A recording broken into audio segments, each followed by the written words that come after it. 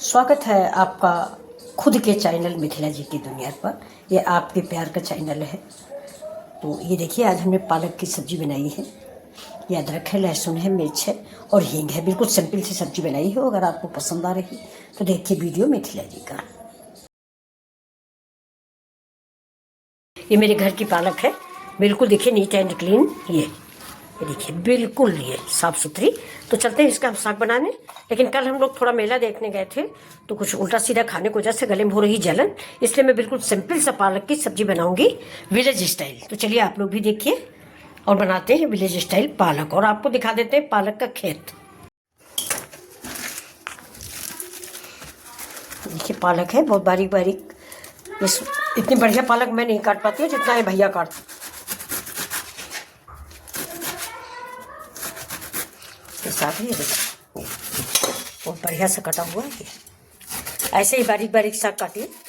अभी मैं इसकी सब्जी बनाती हूँ तो आप लोगों के साथ शेयर करती हूँ, ठीक है। पालक की सब्जी बहुत अच्छी बनती है और बहुत फायदेमंद ये सब्जी होती है। इसमें कैल्शियम भरपूर मात्रा में पाया जाता है। कैल्शियम आयरन दोनों पाए जाते हैं।